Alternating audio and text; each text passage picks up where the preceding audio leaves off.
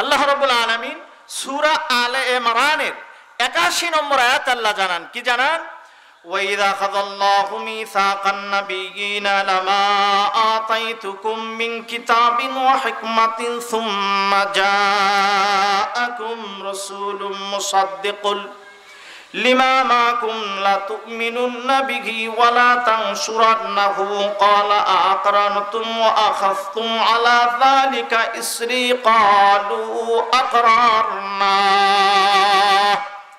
সূরা আলে ইমরানের 81 নম্বর আয়াতে আল্লাহ তাআলা বলেন, যখন নবীদের কাছে আল্লাহ তাআলা ওয়াদা নিলেন, ওয়াদা নেওয়ার পরে আল্লাহ বললেন, নবী তোমাদের কাছে আমি ওয়াদা নিলাম এবং তোমাদেরকে কিতাব দিয়েছি, তোমাদেরকে হিকমত দিয়েছি। তোমাদেরকে কিতাব দেই নেই তা না, হিকমত দেই নেই তা না, তবে একজন রাসূল যদি সুম্মা জাকুম রাসূলুম মুসাদ্দিকুল লিমা মাআকুম, একজন রাসূল যদি তোমাদের কাছে আসে, যেই রাসূল তোমাদেরকে সত্যায়ন করবে, অবশ্যই লা তুমিনুন্না বিহি ওয়ালা তানসুরান্না, তোমরা নবী রাসূলুল্লাহ তার উপর ঈমান আনবা এবং তাকে সাহায্য করবা। লিল্লাহ তাকবীর। আমার নবীর প্রেমিক ভাইরা, ভালো করে এখন বোঝার চেষ্টা করুন, এই সঙ্গীর মোর সহ এই এলাকাবাসী আপনারা কেন আজকে মিলাদুন্নবী সিরাতুন্নবী কেন আপনারা আজকে মাইকিং করলেন, কেন পোস্টার করলেন, কেন ব্যানার লাগালেন? ভালো করে মনে রাখবেন, সমস্ত নবীকে আল্লাহ তাআলা ডেকে নিজে আয়োজক হয়ে আল্লাহ তাআলা দুইটা ওয়াদা নিয়েছেন, তোমরাও ঈমান আনবা, তোমরাও সাহায্য করবা।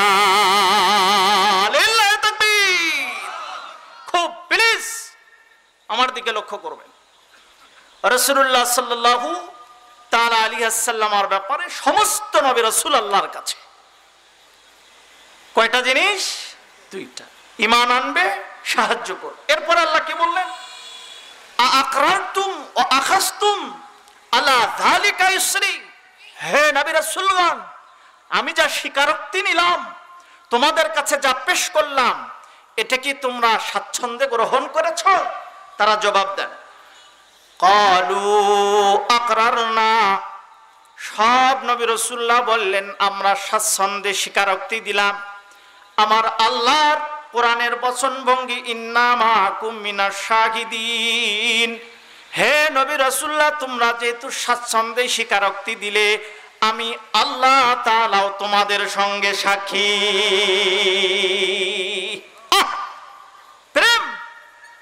আল্লাহ বললেন ওয়ানা মাকুম, আমি সাক্ষী তা না, তোমরা সবাই সাক্ষী, আমি আল্লাহ তোমাদের সাথে। সূরা আলে ইমরানের 81 নম্বর আয়াতে সমস্ত নবী রাসূলকে আল্লাহ তাআলা একত্রিত করে ঈমান আনা এবং সাহায্য করা, তারা স্বীকারোক্তি দিলেন এবং সাক্ষী কে ছিলেন? আল্লাহ। 4টি আয়াত আমি নিয়ে এসেছিলাম, তন্মধ্যে শুধু একটি আয়াত সূরা আলে ইমরানের 81 নম্বর আয়াতে আপনাদের কাছে এখানে আলোচনা করলাম।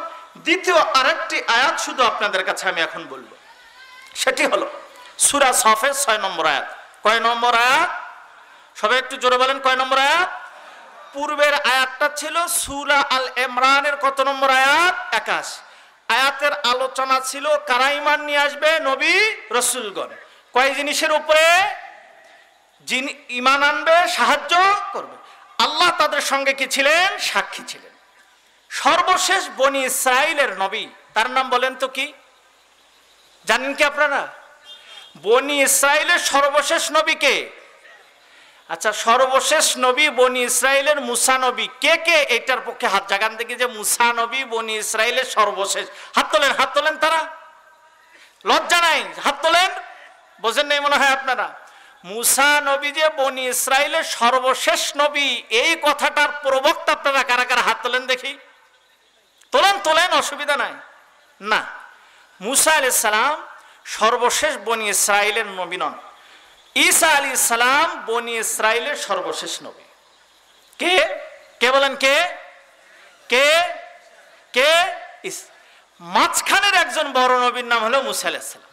মাঝখানের বনি ইসরাইল মুসা নবীর থেকে শুরু নয়, ইয়াকুব নবীর থেকে বনি ইসরাইলের সূচনা শুরু হয়েছে। আরো আগে অন্য বংশ ছিল, সেটা বিস্তারিত মানে বংশধারা ছিল বিস্তারিত। পরে মনে রাখবেন ঈসা আলাইহিস সালাম বনি ইসরাইলের সর্বশেষ এবং তিনি রাসূল ছিলেন। সূরা সাফের 6 নম্বর আয়াতে উনি তার বনি ইসরাইলকে সুসংবাদ দিচ্ছেন কি, ওয়া মুবাশশিরাম বিরাসূলিন ইয়াতি মিন বাদি ইসমুহু আহমদ। ঈসা নবী বনি ইসরাইলের সর্বশেষ নবী, মনে রাখবেন। বনি ইসরাইলদেরকে ডাক দিয়ে বলে, বনি ইসরাইলরা, একজন নবীর ব্যাপারে আমি সুসংবাদ দিচ্ছি, ইয়াতি মিন বাদি ইসমুহু আহমদ, যিনি আমার পরে আসবেন তার নাম হবে আহমদ। আমি ওই নবীর ব্যাপারে তোমাদেরকে সুসংবাদ দিচ্ছি। আমার নবী এখনো আসেনি। এসেছেন কি? এসেছেন কি? আল্লাহ সমস্ত নবীদেরকে নিয়ে আল্লাহর আয়োজনে সেখানে ঈমানের স্বীকারোক্তি নিলেন। সর্বশেষ যিনি বনি ইসরাইলের নবী ঈসা নবীর মাধ্যমে পৃথিবীতে, আমার নবী পৃথিবীতে আসার আগেই, প্রায় 500 বছর আগেই বনি ইসরাইলেরকে সুসংবাদ দিয়ে দিলেন, আমার পরে একজন নবী আসবে, তার নাম হবে কি? জোরে বলেন, তার নাম হবে কি? আহমদ। খেয়াল করুন, রাসূলুল্লাহ সাল্লাল্লাহু আলাইহি ওয়াসাল্লামের নাম 3 প্রকার। কয় প্রকার? আপনাদের কি খারাপ লাগছে? যেহেতু আমাদের আলোচনা আজকে এটাই, রাসূলুল্লাহ সাল্লাল্লাহু আলাইহি ওয়াসাল্লামের নাম কয় প্রকার? আমরা পূর্বে কয়টা আয়াতের আলোচনা করলাম? 2টা। সূরা আল ইমরানের কত নম্বর আয়াত? 81। সূরা সাফের কয় নম্বর আয়াত? 6 নম্বর আয়াত। এই 2টা। এখন আমরা আলোচনা করছি রাসূলুল্লাহ সাল্লাল্লাহু তাআলা আলাইহি ওয়াসাল্লামের নাম 3 প্রকার। কয় প্রকার? কয় প্রকার? এই নামটা জানার আগে আমরা আল্লাহ রসুলের কয়েকটা হাদিস দেখব, শুধু 2টা। সে হাদিসটা কি? রাসূল নিজের ব্যাপারে কি বলেছিলেন পৃথিবীতে ভূমিষ্ঠ হওয়ার আগে। এখানে একটি কথা মনে রাখবেন, আমি কিন্তু জন্ম শব্দ ব্যবহার করছি না, বারবার ভূমিষ্ঠ শব্দ বলছি। এটার কারণ কি? জন্ম কবে হয়েছে একমাত্র আল্লাহ ভালো জানেন। আমার জন্ম কবে হয়েছে একমাত্র কে ভালো জানেন? আমি যখন ভূমিষ্ঠ হয়েছি এটার খবর আমার বাপ মা জানে, এলাকাবাসী জানে, আত্মীয় স্বজন জানে। বুঝেননি মনে হয়? যদিও বাংলা ভাষায় জন্ম বা ভূমিষ্ঠ একই অর্থে ব্যবহার করা হয়, তবে শব্দ দুটোকে পৃথকভাবে ব্যবহার করাটাই শ্রেষ্ঠ। এজন্য আমি আপনাদের কাছে বারবার কি শব্দ ব্যবহার করছি? ভূমিষ্ঠ শব্দ। আমার রাসূল নিজেই পৃথিবীতে ভূমিষ্ঠ হওয়ার আগে রাসূলুল্লাহ সাল্লাম কোন অবস্থানে ছিলেন, আমরা রাসূলের একটি হাদিস শুধু দেখব। রাসূলের বিশিষ্ট সাহাবী ইরবাদ ইবনে সারিয়া রাদিয়াল্লাহু তাআলা আনহু থেকে হাদিস বর্ণনা, মুসনাদে আহমদের 17085 নম্বর হাদিস, মাজমাউজ জাওয়ায়েদের 13845 নম্বর হাদিস। হাদিসের বর্ণনাকারী ইরবাদ ইবনে সারিয়া রাদিয়াল্লাহু তাআলা আনহু, আল্লাহ রাসূল বলেন, ইন্নী ইনদাল্লাহি লা খাতামুন নাবিয়্যিন ওয়াল আদম ওয়া ইন্নাল আদামা লামুনজাদিলুন ফি তিনিহি। বিশিষ্ট সাহাবী ইরবাদ ইবনে সারিয়া রাদিয়াল্লাহু তাআলা আনহু বলেন, আল্লাহ রাসূল বলেছেন, আমি আল্লাহর নিকটে খাতামান নাবিয়্যিন, আদম আলাইহিস সালাম যখন তিনি তার মাটির মধ্যে ছিলেন। আল্লাহর নবীর সাহাবী আবু হুরায়রা রাদিয়াল্লাহু তাআলা আনহু হাদিস বর্ণনা করেন, তিরমিজির হাদিস এসেছে। সাহাবায়ে জিজ্ঞাসা করলেন, ইয়া রাসূলুল্লাহ, ইয়া হাবিবাল্লাহ, ক্বালু ইয়া রাসূলুল্লাহ মাতা ওয়াজাবাত লাকান নাবুওয়াতু ইয়া রাসূলুল্লাহ। সাহাবায়ে কেরাম জিজ্ঞাসা করলেন, হাদিসের মর্ম অর্থ শুনে আমারই চোখে পানি আসছে। সাহাবায়ে কেরামের মনে হয় প্রশ্নটা ছিল খুবই হৃদয় বিদারক, খুব ঘটনা ছিল হয়তোবা। সাহাবায়ে কেরাম জিজ্ঞাসা করলেন, আল্লাহর নবী, কখন আপনি নবুয়তি পেয়েছেন? আল্লাহর নবী সাল্লাল্লাহু আলাইহি ওয়াসাল্লাম বলেন, আল আদামু বাইনার রূহি ওয়াল জাসাদি, আদমের শরীর আর রূহু যখন আলাদা ছিল, ওই সময় আল্লাহ আমাকে নবুয়ত দান করেছেন। খুব ভালো করে বুঝবেন, আদম আলাইহিস সালামের শরীর, রূহু আর শরীর আলাদা। শরীর বোঝেন তো আপনারা? আমাদের এই শরীর না শব্দটা তালেবা শ রয় দীর্ঘিকার রয়, শরীর, এটা শুদ্ধ ভাষা। আমরা যদিও গ্রামে শরীর বলি, এটা অশুদ্ধ ভাষা। শরীর, এই শরীর যখন আলাদা ছিল আর রূহ এটি যখন আলাদা ছিল, তার মানে আমি ছোট্টকালে যখন মার্কাজ আমাদের রেল স্টেশন ওই পাশে ছিল, একদিন বৃহস্পতিবারে আসছি। তো দেখি কাপড়ের দোকানগুলোতে ওই একগুলো প্লাস্টিকের কাপড় পরে দাঁড় করে রাখে না। তো দেখি সারাদিন সকালে আসছি, দেখি এরা দাঁড় করানো। কি রে, সারাদিন দাঁড় করানো, খায় না পায়খানা করে না নাকি এরা? তো এক দোকানদারকে বললাম, ভাই এরা কি খায় না পায়খানা করে না? কয়, হুজুর আপনি যে মানুষ, আমি যেই মানুষ, ওরা কিন্তু সেই মানুষ না। বুঝেন নাই মনে হয়? ওই উদাহরণটা আমার এই হাদিস বুঝতে খুব সহজ করেছে। তার মানে বাবা আদমের শরীর আলাদা, রূহ আলাদা, এমত অবস্থায়, অর্থাৎ বাবা আদমের পরিপূর্ণ অস্তিত্ব যখন আসে নাই, ওই সময় আমার আল্লাহ মুহাম্মাদুর রাসূলুল্লাহকে নবুয়ত দান করেছেন। সুবহানাল্লাহ বললেন না আপনারা? সহজে আমরা এতটুকু আলোচনায় তিনটা আলোচনা করলাম। এক, সমস্ত নবীদের কাছে আল্লাহ রসুলকে রসুল বলে আল্লাহ ঘোষণা করেছেন, তারা ঈমান নিয়ে আসবেন, স্বীকারোক্তি দিয়েছেন, সাহায্য করবেন, স্বীকারোক্তি দিয়েছেন, আল্লাহ তাদের সঙ্গে সাক্ষী ছিলেন। এক, সূরা আলে ইমরানের ৮১ নম্বর আয়াত। সূরা সাফের ৬ নম্বর আয়াত, বনি ইসরাইলদেরকে সুসংবাদ দিয়েছেন ঈসা আলাইহিস সালাম। এরবাদ ইবনে সারিয়া রাদিয়াল্লাহু তাআলা হাদিস থেকে আমরা পেলাম যে আল্লাহ রসুল খাতামুন নাবিয়িন ছিলেন। তাহলে রসুল ছিলেন, খাতামুন নাবিয়িন ছিলেন, এবং তিনি পৃথিবীতে ভূমিষ্ঠ হওয়ার আগেই কি ছিলেন? নবী ছিলেন। পৃথিবীতে ভূমিষ্ঠ হওয়ার আগে আমার রাসূলুল্লাহর পদবী কয়টা ছিল? জোরে বলেন কয়টা? কয়টা? ১ নম্বর রসুল, ১ নম্বর, ২ নম্বর খাতামুন নাবিয়িন, ৩ নম্বর নবুওয়াত, নবী। পৃথিবীতে এখনো ভূমিষ্ঠ হননি। কথা কি আপনারা বুঝতে পারছেন? এখন আসি আমরা রাসূলুল্লাহ সাল্লাল্লাহু আলাইহি ওয়াসাল্লামের নাম পৃথিবীতে ভূমিষ্ঠ হওয়ার আগেই যেহেতু কোরআন লাউহে মাহফুজে ছিল, রাসূলের নাম কি ছিল? বুঝেনি মনে হয় আপনারা? বুঝেছেন কিনা? রাসূল সাল্লামের নাম ৩ প্রকার। কয় প্রকার? মুখস্থ রাখবেন সবাই। একটা নাম জাতি নাম, যাকে বলা হয় সত্তাগত নাম। আরেকটি নাম সিফতি নাম, যাকে বলা হয় গুণবাচক নাম। আরেকটি নাম কুনিয়াত, যাকে বলা হয় উপনাম। এগুলোর একটু বাংলার এখন ব্যাখ্যা শুনুন। সত্তাগত নাম, আমার সত্তাগত আইডি কার্ডের নাম এনামুল হাফিজ, আমার পিতার নাম নাজমুল হক, এটা আমার সত্তাগত নাম। আমার আইডিটা মোটামুটি সর্বদাই আমার কাছে থাকে ফটোকপি, এটা আমার সত্তাগত নাম। আমার সিফতি নাম, কেউ বা মনে করে হুজুর গরমও দিতে পারে, ঠান্ডাও দিতে পারে, কান্দাইতেও পারে, শুরুও দেয়, সুচ্ছাড়া ওয়াজ করে, আবার ভালো আছে, আবার মাঝে মাঝে দেখি গরমও হয়, বলেন না আপনারা? এগুলো কিন্তু একটা গুণ, একটা গুণ। আমার বেলুস স্যারের গুণ আছে না? অন্যদের গুণ আছে না? সবারই গুণ আছে। আপনার গুণ আছে না? এই গুণের উপর ভিত্তি করে মানুষ যাকে যে সম্বোধন করে বলা হয়, সেগুলোকে বলা হয় সিফতি বা গুণবাচক নাম। আর মানুষের উপনাম বলা হয় বড় সন্তানের দিকে লক্ষ্য করে বা বড় ব্যবসার দিকে লক্ষ্য করে কাউকে যদি কোনো নামে অভিহিত করা হয়, এটাকে বলা হয় উপনাম। এটাকে কি বলা হয়? যেমন আমাদের গ্রামে বলে, ও অমুকের বাপ, বড় ছেলে অমুক ছিল, তারে বাপ বলে ডাকে না? বুঝেননি মনে হয়? ডাকে না? এটাকে কি নাম বলা হয়? উপনাম। এটাকে কি বলা হয়? এটাকে কি বলা হয়? ওই যে যেমন আপনাদের একজনের ২ বক্তায় আলোচনা করলে, শুধু আমি বলছি কারো মানে ঠেস দেওয়ার জন্য না, খেলা হবে বললো না একজনের, এখন ওটাই একটা উপনাম হয়ে গেছে এখন। বুঝেন নাই মনে হয়? এটাই এক প্রকারের উপনাম মনে করেন আর কি আপনারা। আচ্ছা, তো রাসূলুল্লাহ সাল্লামের নাম কয় প্রকার? তাহলে আমাদের দলিল জানতে হবে না? একটা রাসূলের সত্তাগত নাম, রাসূল সাল্লামের গুণবাচক নাম, রাসূলুল্লাহ সাল্লাল্লাহু আলাইহি ওয়াসাল্লামের কি নাম? উপনাম। রাসূলুল্লাহ সাল্লাল্লাহু আলাইহি ওয়াসাল্লামের সত্তাগত নাম ২টা। কয়টা? বলেন কয়টা? একটা মুহাম্মদ, একটা কি? আর একটা আহমদ, আর একটা কি? কয়টা নাম? একটা নাম কি? আর একটা নাম কি?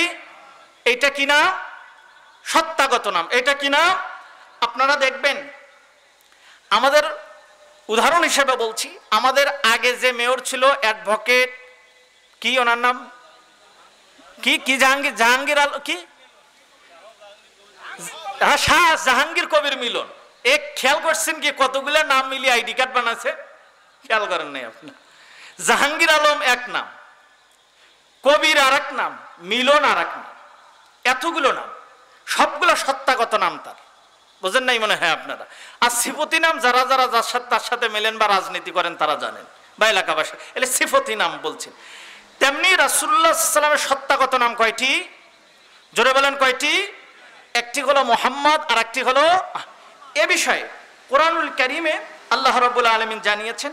আমি এই বিষয়ে শুধু 2টি আলোচনা আপনাদের কাছে সূরা মুহাম্মদের 2 নম্বর আয়াত তেলাওয়াত করব। আল্লাহ তাআলা বলেন, ওয়াল্লাযীনা আমানু ওয়া আমিলুস সালিহাতি ওয়া আমানু বিমা নুজিলা আলা মুহাম্মাদিন ওয়া হুয়াল হক। সূরা মুহাম্মাদের 2 নম্বর আয়াত, সূরাটার নাম সূরা মুহাম্মদ, আয়াত নম্বর 2। আল্লাহ বলেন যারা ঈমান এনেছে, নেক আমল যারা করেছে এবং তারা ঈমান আনবে যা মুহাম্মদ সাল্লাল্লাহু আলাইহি ওয়াসাল্লামের উপরে নাজিল করা হয়েছে। মুহাম্মদ সাল্লাল্লাহু আলাইহি ওয়াসাল্লামের উপরে যা নাজিল করা হয়েছে হুয়াল হক, অর্থাৎ এই কোরআন মুহাম্মদ সাল্লাল্লাহু আলাইহি ওয়াসাল্লামের উপরে নাজিল করা হয়েছে। এই আয়াতের ভিতর স্পষ্টভাবে আল্লাহ তাআলা মুহাম্মদুর রাসূলুল্লাহর কি নাম নিলেন? মুহাম্মদ। কি নাম নিলেন? কোন সূরা? সূরা মুহাম্মদের কয় নম্বর আয়াত? 2 নম্বর আয়াত। এবং সূরা আহজাবের 4 নম্বর আয়াতে আল্লাহ বলছেন মা কানা মুহাম্মাদুন আবা আহাদিম মির রিজালিকুম ওয়ালাকির রাসূলুল্লাহি ওয়া খাতামান নাবিয়্যিন। সূরা আহজাব 40 নম্বর আয়াতে আল্লাহ বলেন মুহাম্মদ সাল্লাম তোমাদের বংশীয় পিতাদের মতো তিনি নন, বরং তিনি একজন আল্লাহর রাসূল এবং তিনি খাতামুন নাবিয়্যিন। এই আয়াতেও কি নিয়ে আসা আছে? মুহাম্মদ। আরেকটি আয়াত সূরায় রয়েছে, সূরা ফাতার 29 নম্বর আয়াত, মুহাম্মাদুর রাসূলুল্লাহ ওয়াল্লাযীনা মাহু আশিদ্দাউ আলাল কুফফারি রুহামাউ বাইনাহুম। মুহাম্মদ একজন রাসূল এবং তার সঙ্গে যারা থাকে তারা কাফেরদের ব্যাপারে কঠোর। এখানে আল্লাহ রাসূলের নাম নেওয়া হয়েছে কি? মুহাম্মদ। তেমনি ভাবে আরেকটি আয়াতে আল্লাহ তাআলা জানিয়ে দিয়েছেন ওমা মুহাম্মাদুন ইল্লা রাসূল কদ খালাত মিন ক্বাবলিহির রাসূল। এই 4 জায়গায় কোরআন মাজিদে শুধু মুহাম্মদ এসেছে, বাকি কোরআন মাজিদে আর কোথাও মুহাম্মদ নাই। সংক্ষেপে আপনারা মুখস্থ রাখবেন, মুহাম্মদ শব্দটি কোরআনের কয় জায়গায় এসেছে? জোরে বলেন কয় জায়গায়? তাহলে আজ থেকে নিশ্চিতভাবে আপনি আমি প্রেমিক হয়ে রাসূলুল্লাহ সাল্লামের এ কথা বলে দেব, কোরআন মাজিদে মুহাম্মদ সাল্লামের নাম কয় জায়গায় এসেছে? 4 জায়গায়। আর মুখস্থ রাখার দরকার নাই, মনে থাকবে ইনশাআল্লাহ। আহমদ শব্দ 1 জায়গায়। কয় জায়গায়? জোরে বলেন কয় জায়গায়? আহমদ শব্দ 1 জায়গায়। সূরা তাওবার 128 নম্বর সূরায়ে আহমদ আসছে সূরা সফাত 6 নম্বর আয়াত। কয় নম্বর আয়াত? কয় নম্বর আয়াত? 6 নম্বর আয়াত। কয় নম্বর আয়াত? 6 নম্বর। এখন খেয়াল করুন, আহমদ শুধু 1 জায়গায়, সূরা সফের 6 নম্বর আয়াত। মুহাম্মদ কয় জায়গায়? তাই রাসূলুল্লাহর সত্তাগত নাম 5 জায়গায় এসেছে। কয় জায়গায়? তাহলে আমরা সত্তাগত নাম পালাম। আর কয়টি নাম থাকলো? কয়টি নাম থাকলো? কি নাম? গুণবাচক নাম। আর কি নাম? সিফতি নাম। গুণবাচক নামের ক্ষেত্রে কোরআন মাজিদের সূরায় তাওবার 128 নম্বর আয়াতে আল্লাহ তাআলা এমন 2টা গুণ রাসূলের ব্যবহার করেছেন, যেই 2টা গুণ পৃথিবীর কোন নবীকে আল্লাহ তাআলা দেননি। কাকে দেননি? কাকে দেননি? এই আয়াত আপনি আমি জানি, আগে মিলাদ পড়ালে এই আয়াত পড়েছে, পড়াইতো, কিন্তু আমরা কোনোদিন খেয়াল করি না। আয়াত কি? লাকাদ জাআকুম রাসূলুম মিন আনফুসিকুম আজিজুন আলাইহি মা আনিতুম হারিসুন আলাইকুম বিল মুমিনিনা রাউফুর রহিম। আল্লাহ তাআলা সূরা তাওবার 128 নম্বর আয়াতে বলেন অবশ্যই তোমাদের কাছে তোমাদের একজন রাসূল তোমাদের মধ্য হতে আসবে, যেই রাসূল তোমাদের কষ্টগুলাকে সহ্য করে নেবেন। হারিসুন আলাইকুম বিল মুমিনিনা রাউফুর রহিম। আমার ভাইরা এখন লক্ষ্য করুন, আল্লাহ রাব্বুল আলামিন সূরা তাওবার 128 নম্বর আয়াতে রাসূলুল্লাহর গুণবাচক নাম বর্ণনা করতে যায় আপনাকে আমাকে সেখানে কিন্তু অ্যাডজাস্ট করেছেন, সেখানে মিলিয়ে দিয়েছেন। তোমাদের কাছে একজন রাসূল আসবেন যিনি হারিসুন মানে লোভী, লালচী, যিনি লোভ করেন। সেই লোভটা হলো আলাইকুম, তোমাদের ঈমানের ব্যাপারে লোভী হবেন। প্রত্যেকটা ব্যক্তি যেন ঈমান নিয়ে কবরে যাইতে পারে। আল্লাহ রাব্বুল আলামিন আমার নবীর গুণবাচক নাম বর্ণনা করতে গিয়ে হারিসুন লোভী শব্দ ব্যবহার করেছেন।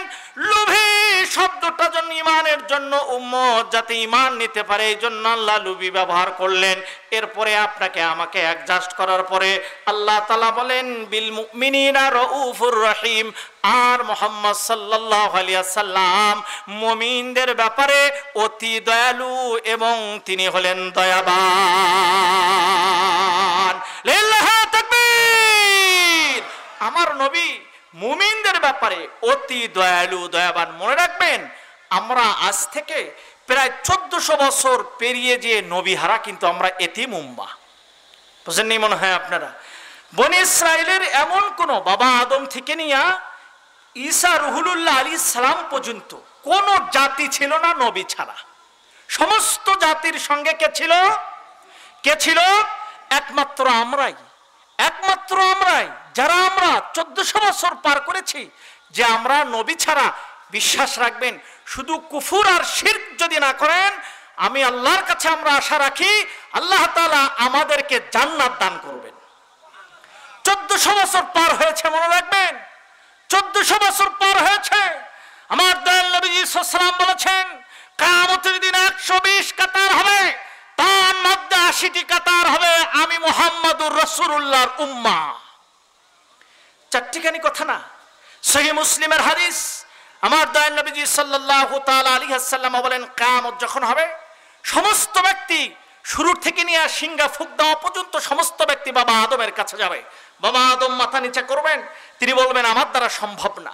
বাবা আদমের কাছ থেকে নিয়ে যাবে নূহ আলাইহিস সালামের কাছে, তিনি মাথা নিচে করবেন, ইব্রাহিম আলাইহিস সালামের কাছে যাবে। ইব্রাহিম আলাইহিস সালাম মাথা নিচে করবেন, যাবে মূসা আলাইহিস সালামের কাছে। মূসা আলাইহিস সালাম মাথা নিচে করবেন, যাবে ঈসা রুহুল্লাহ আলাইহিস সালামের কাছে। ঈসা রুহুল্লাহ আলাইহিস সালাম মাথা নিচে করবেন, যাবে মুহাম্মাদুর রাসূলুল্লাহর কাছে। সমস্ত নবীর সব উম্মাহ সেই সময় আপনার আমার নবী সিজদায় গিয়ে আপনার আমার জন্য সুপারিশ করতে যাবেন। বলুন তো, সেই নবীর প্রেম, সেই নবীর মহব্বত, সেই নবীর জ্বালা, সেই নবীর আদর্শ, এটা আমাদের জন্য অপরিহার্য না অন্য ব্যক্তির আদর্শ পালন করা অপরিহার্য? তাহলে আমরা ওই নবীর প্রেমে আজকে মিলাদুন নবী, সিরাতুন নবীর আয়োজন করেছি। আপনারা কি বুঝতেছেন না? কষ্ট হচ্ছে আপনাদের? চলবে কিছুক্ষণ না, শেষ করে দেব। খেয়াল করুন, আলোচনা করতেছিলাম রাসূল সাল্লামের গুণবাচক নামের মধ্যে এখানে 3টা গুণবাচক। সূরা তাওবার 128 নম্বর আয়াতে 3টা গুণবাচক নাম। 1 নম্বর হারিস, তিনি উম্মত ইমানদার হয় এজন্য লোভী ছিলেন। 2 নম্বর রউফ, তিনি অতি দয়ালু ছিলেন মুমিনদের ব্যাপারে, আমরা যারা মুমিন আমাদের ব্যাপারে দয়া ছিলেন। রহিম, তিনি নিজে উম্মতদের ব্যাপারে মুমিনদের ব্যাপারে রহিম ছিলেন, দয়ালু ছিলেন, অতি দয়ালু এবং দয়ালু ছিলেন। এই 2টি গুণ রউফ আর রহিম শুধু মুহাম্মাদুর রাসূলুল্লাহকে আল্লাহ দিয়েছেন, আর কোন নবীকে দেননি। এই 2টা গুণ আল্লাহর জন্য। কার জন্য? ওয়ালিল্লাহি ওয়া ইন্নাল্লাহা লিন-নাসি লারাউফুর রহিম। আল্লাহ বলেন সমস্ত মানুষের জন্য আল্লাহ রউফ রহিম, আর মুহাম্মাদুর রাসূলুল্লাহ মুমিনদের জন্য রউফ আর রহিম। সমস্ত মানুষ, মুসলিম অমুসলিম, হিন্দু বৌদ্ধ খ্রিস্টান, সবার জন্য দয়াবান কে? আল্লাহ। আর মুমিনদের জন্য দয়াবান কে? মুহাম্মাদুর রাসূলুল্লাহ। পার্থক্য কি বুঝতে পারছেন আপনারা? এই 2টা গুণ নবীদের মধ্যে, মানুষের মধ্যে শুধু কাকে দেওয়া আছে? মুহাম্মাদুর রাসূলুল্লাহ। তাহলে মনে রাখতে হবে, নবীজির গুণবাচক নামগুলোর মধ্যে স্পেশাল কয়টা নাম? রউফ আর, কার কার মুখস্থ থাকবে একটু হাত তোলেন তো? রউফ আর রহিম মনে থাকবে না সারা জীবন? নবীজির স্পেশাল আলাদাভাবে 2টা গুণবাচক নাম, তার নাম রউফ আর রহিম। নবীজির উপনাম 2টা। উপনাম কয়টা? মাঝখানে আমি আর অন্যান্য গুণবাচক নাম বলবো না, অনেক সময় লাগবে। মোট 24 জায়গায় রাসূলুল্লাহ সাল্লাল্লাহু আলাইহি ওয়াসাল্লামের আরো গুণবাচক নাম এসেছে। রাসূলের উপনাম 2টা। কয়টা? আবুল কাসেম। কয়টা? একটা নাম আবুল কাসেম, আর একটা নাম আবু ইব্রাহিম। আর একটা নাম কি? খেয়াল করে, কাসেম ছিল রাসূলুল্লাহ সাল্লাল্লাহু আলাইহি ওয়াসাল্লামের সন্তান। আবুল মানে বাপ, আবুল কাসেম মানে কাসেমের পিতা। বড় সন্তানের দিকে লক্ষ্য করে রাসূলকে ডাকা হতো আবুল কাসেম। ওই যে একটু আগে বললাম বড় ছেলের দিকে লক্ষ্য করে অমুকের বাবা আছেন গো, তাই আমার নবীজিকে তারা আবুল কাসেম, রাসূলুল্লাহর বড় ছেলের নাম কি ছিল? ছেলের নাম কাসেম ছিল, সেই দিকে লক্ষ্য করে ডেকেছেন কি? বড় ছেলে না, ছেলের নাম কাসেম ছিল, সেদিকে লক্ষ্য করে ডেকেছেন কি? আবুল কাসেম। আর একটা সন্তানের নাম ছিল ইব্রাহিম, সেই দিকে লক্ষ্য করে রসুলকে ডাকা হতো আবু ইব্রাহিম, ইব্রাহিমের বাপ। মনে থাকবে কি আপনাদের? রাসূলুল্লাহ সাল্লাল্লাহু আলাইহি ওয়াসাল্লামের একটা হাদিস আসছে, আল্লাহ রাসূল বলছেন, আমার জীবদ্দশায় তোমরা কোনো সময় আমার উপনামে কোনো ব্যক্তির নাম রাখবা না। এজন্য রসুল যতদিন জীবিত ছিলেন আবুল কাসেম, আবু ইব্রাহিম কোন সাহাবীরা তার সন্তানের নাম রাখে নাই। রাসূলুল্লাহ সাল্লাল্লাহু আলাইহি ওয়াসাল্লামের মৃত্যুর পরে আবু দাউদে হাদিস আসছে রাসূল সাল্লামের মৃত্যুর পরে রাসূলের উপনামে নাম রাখা হতো। তাহলে আমরা সহজে বুঝলাম রাসূল জীবিত থাকা অবস্থায় কারো নাম তার নামে কি নাম রাখা যেত না, উপনাম রাখা যেত না। রাসূলুল্লাহর মৃত্যুর পরে রাসূলের উপনামে রাখা যাবে। এজন্য দেখবেন অনেক জায়গায় লেখা আছে আবুল কাসেম, লেখা আছে না? কি বলেন, লেখা নাই? এটা এখন জায়েজ আছে, রাসূল জীবিত থাকায় জায়েজ নেই। মোটামুটি আমরা নাম বিষয়ে 3টা শিখলাম। কয়টা? রাসূলের সত্তাগত নাম মুহাম্মদ আহমদ। কয়টা নাম? রাসূল সাল্লাম গুণবাচক নাম অনেক, তার মধ্যে স্পেশাল ভাবে কয়টা? 2টা, রউফ, রহিম। রাসূল সাল্লামের উপনাম 2টা, আবুল কাসেম, আবু ইব্রাহিম। এই 6টা কথা কি খুব বড় হয়ে গেল? মনে থাকবে না আপনাদের? তাহলে আমরা মোটামুটি আকারে আল্লাহ রাসূল পৃথিবীতে ভূমিষ্ঠ হওয়ার আগে রাসূল ছিলেন খাতামুন নবীন, ছিলেন নবী ছিলেন। রাসূল সাল্লাম পৃথিবীতে আসার আগেই রাসূলুল্লাহর মুহাম্মদ নাম ছিল কোরআনে 4 জায়গায়, আহমদ নাম ছিল কয় জায়গায়? 1 জায়গায়। রাসূলুল্লাহর উপনাম হলো 2টা, আবুল কাসেম, আবু ইব্রাহিম। এতটুকু মনে থাকবে তো ইনশাআল্লাহ? আসুন এখন এই 2টা শব্দের বিশ্লেষণ করে ইনশাআল্লাহ শেষ করব। 1 নম্বর, রাসূলুল্লাহ সাল্লাল্লাহু আলাইহি ওয়াসাল্লাম কোন দিন জন্ম নিয়েছেন? মিলাদ শব্দের অর্থ জন্মের দিন। কোন দিন? মিলাদুন নবী মানে নবী সাল্লাল্লাহু আলাইহি ওয়াসাল্লাম কোন দিন জন্ম লাভ করেছেন। হাদিসটি মুসলিমে এসেছে। হাদিসটি সহিহ ইবনে খুজাইমার 2117 নম্বর হাদিস, অর্থাৎ 2117 নম্বর হাদিস। হাদিসের বর্ণনাকারী আবু কতাদা রাদিয়াল্লাহু তাআলা আনহু, প্রশ্নকারী ওমর রাদিয়াল্লাহু তাআলা আনহু। হাদিসটা কি? সুইলা রাসূলুল্লাহ সাল্লাল্লাহু তাআলা আলাইহি ওয়াসাল্লাম আন সাওমিল ইসনাইন, নবীজিকে জিজ্ঞাসা করা হলো আপনি সোমবারের দিন কেন রোজা রাখেন? আল্লাহ রাসূল সাল্লাল্লাহু আলাইহি ওয়াসাল্লাম বলেন উনজিলা ফিহি উনজিলা আলাইয়া উলিতু ফিহি ওয়া ফি রাওয়ায়াতিন আমুতু ফিহি। আল্লাহর নবীর সাহাবী আবু কতাদা রাদিয়াল্লাহু তাআলা আনহু হাদিস খানার বর্ণনাকারী সহিহ মুসলিম এবং সহিহ ইবনে খুজাইমাতেও হাদিস খানা বর্ণনা হয়েছে। রাসূলকে জিজ্ঞাসা করা হলো সোমবারের দিন কেন আপনি রোজা রাখেন? রাসূল সাল্লাম 3টা কারণ বর্ণনা করেছেন। 1 নম্বর কারণ, ওই দিন আমার উপরে কোরআনুল কারীম নাজিল করা হয়েছে। সোমবারের দিন রোজা রাখার কারণের 2য় নম্বর কারণ বলেন ওই দিন আমি জন্ম লাভ করেছি। সোমবারের দিন রোজা রাখার 3য় নম্বর কারণ রাসূল বলেন আমুতু ফিহি, আর ওই সোমবারের দিনে আমি মৃত্যুবরণ করব। মনে থাকবে না ইনশাআল্লাহ আমাদের? তাহলে আল্লাহ রাসূল সাল্লাল্লাহু আলাইহি ওয়াসাল্লাম সোমবারের দিন রোজা রাখতেন কয় কারণে? একটু সবাই বলেন কয় কারণে? খুব কি রাত হয়ে গেছে নাকি? খারাপ লাগতেছে আপনাদের? আচ্ছা, কয়টা কারণ? হাদিস সহিহ হাদিস। কি হাদিস? সহিহ মুসলিমেও আছে, সহিহ ইবনে খুজাইমাতেও আছে। এগুলা নাম শুনতে শুনতে আমাদের যখন প্রতি মাসে আলোচনা হবে আপনারাই মোটামুটি এক একটা ছোটখাটো আলেম হয়ে যাবেন ইনশাআল্লাহ। এই যে আমরা শিখলাম কি, রাসূলুল্লাহ সাল্লাল্লাহু আলাইহি ওয়াসাল্লামের যেদিন সোমবারের দিন ছিল 3টা কারণ বলছেন রোজা রাখার। 1 নম্বর কি নাজিল হয়েছে? 2 নম্বর কি? জন্ম লাভ করেছে। 3 নম্বর কি? আচ্ছা, এখন একটু খুব ভেবে চিন্তে বলবেন। আমার এখন এর কথাটা এমন হবে যেটা মনে করেন গ্রাজুয়েট পাস আছে সেটারও বিরুদ্ধে হবে। এটি জরুরি। সোমবার ছাড়া মঙ্গলবার, বুধবার, বৃহস্পতিবার, শুক্রবার, শনিবার, রবিবার, এই একটা দিনেও মিলাদুন নবী নামে কোন অনুষ্ঠান করা সম্পূর্ণ নবীর বিরোধী হবে। আমার নবীজি জন্ম লাভ করেছেন সোমবারের দিন, মঙ্গলবারের দিন 12 রবিউল আউয়াল। মিলাদুন নবী মানে নবীর জন্মকে সোমবার থেকে মঙ্গলবারে নিয়ে যাওয়া। 12 রবিউল আউয়াল যদি বুধবারে পালন হয়, সোমবারের দিনকে বুধবারে নিয়ে যাওয়া নবীর সঙ্গে বিশ্বাসঘাতকতা ছাড়া আর কিছুই নয়। বুঝবার চেষ্টা করবেন।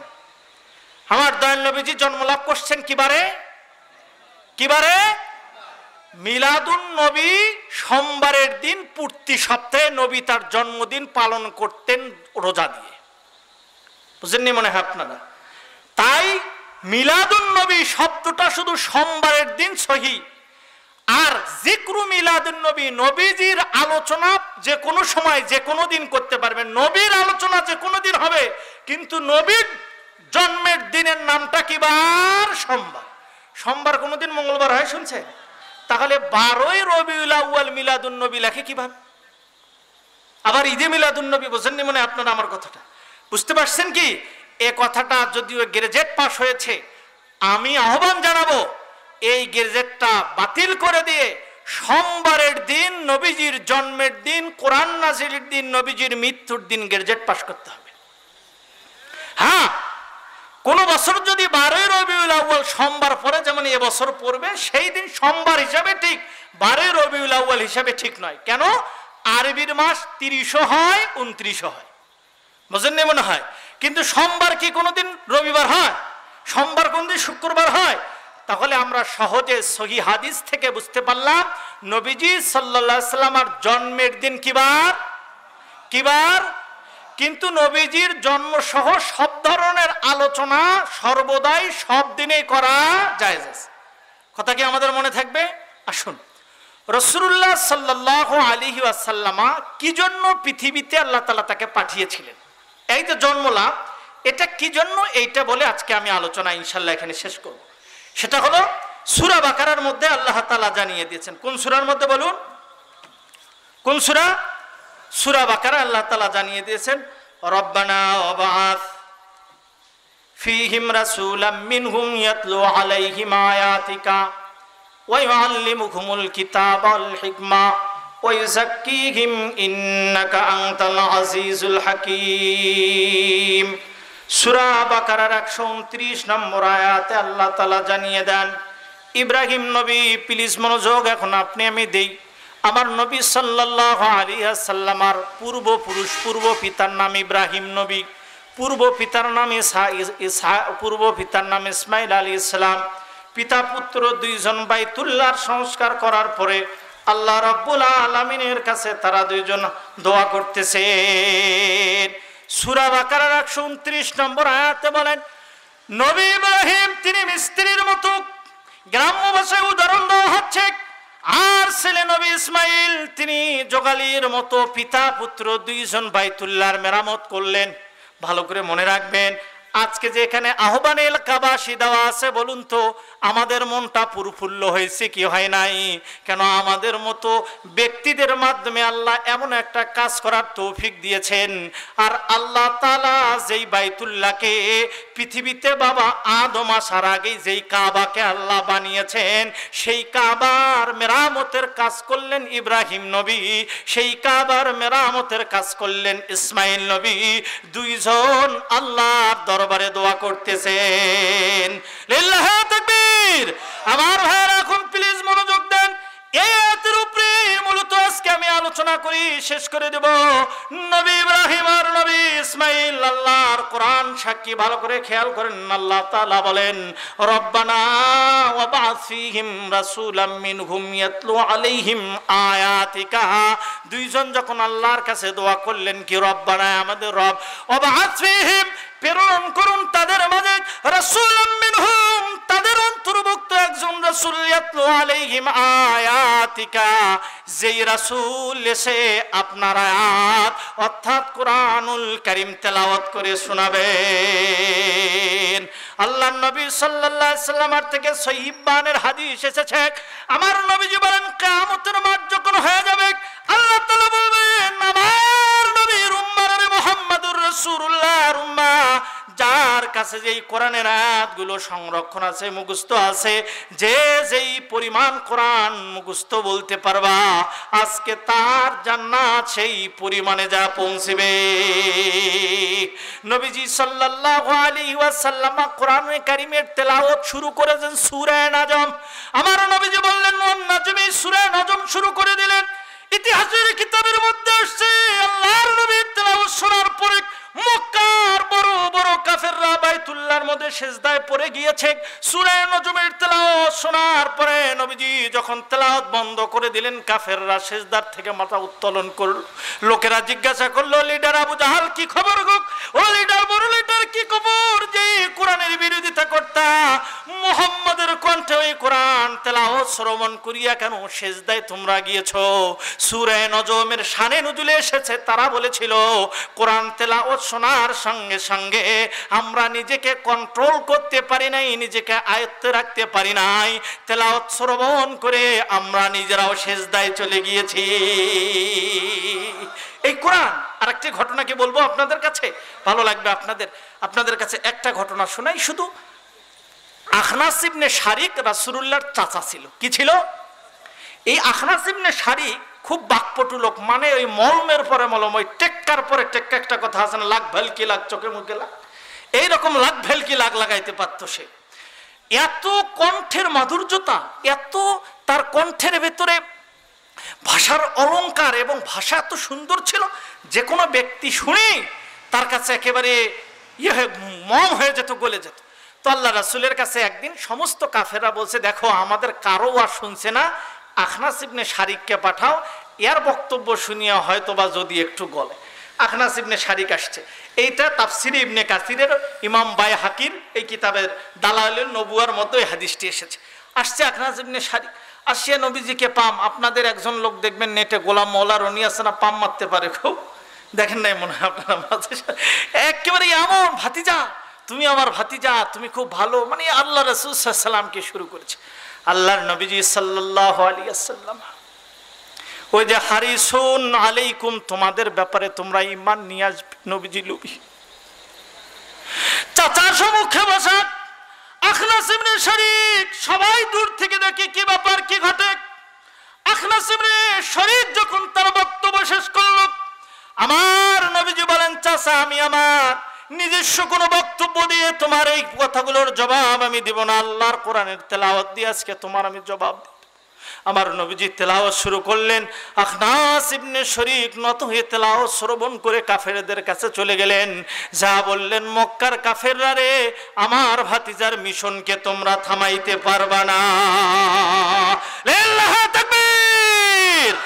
নবী ইব্রাহিম বাইতুল্লাহ দোয়া করছেন, নবী ইসমাঈল দুইজন বাইতুল্লাহ দোয়া করলেন। এক নম্বর দোয়া হলো ইয়াতলু আলাইহিম আয়াতিকা, ওই নবীর এক নম্বর মিশন হবে কোরআনুল কারীমের আয়াত তেলাওয়াত করবেন। দুই নম্বর মিশন তার কি হবে? ওয়া আল্লিমুহুমুল কিতাবা, দুই নম্বর এই কিতাবের শিক্ষা তিনি দিয়ে দিবেন। ওয়াল হিকমাত, তিন নম্বর তিনি প্রজ্ঞা শিখাবেন, হিকমত শিখাবেন। ওয়া আল্লিমুহুমুল কিতাবা ওয়াল হিকমা ইউযাক্কিহিম, চতুর্থ নম্বর তার কর্মসূচি হবে মানুষকে পবিত্র তিনি করবেন। যারা শিরক করে শিরক থেকে ফিরে আনবেন, যারা পাপাচার করে তারা পাপাচার থেকে ফিরে আসবেন। আল্লাহর নবী সাল্লাল্লাহু তাআলা আলাইহি ওয়াসাল্লাম মানুষকে কিভাবে ফিরিয়ে আনতেন, আপনার আমার কাছে অসংখ্য নজির আমি শুনেছি। আল্লাহর নবী সাল্লাল্লাহু তাআলা আলাইহি ওয়াসাল্লামের কাছে একদিন আসছেন আব্দুল্লাহ ইবনে সালাম রাদিয়াল্লাহু তাআলা আনহু, এখনো মুসলমান হননি, এখনো ঈমান নিয়ে আসেন নাই। নবীজি মদিনায় সফর করে চলে গেছেন, হিজরত করে চলে গেছেন।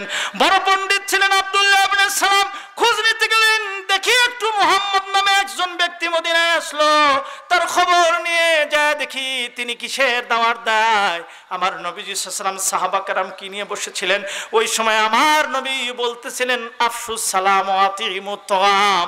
নবীজি চারটা কথা বললেন, মানুষকে বেশি বেশি করে তোমরা সালাম দাও, মানুষকে তোমরা খানা খাওয়াও, আর রাত্রিবেলা তোমরা মানুষের সাথে তোমরা রাত্রিবেলা নামাজ আদায় করো, আত্মীয়তার সম্পর্ক তোমরা ঠিক রাখো, এই চারটা কাজ তোমরা করো।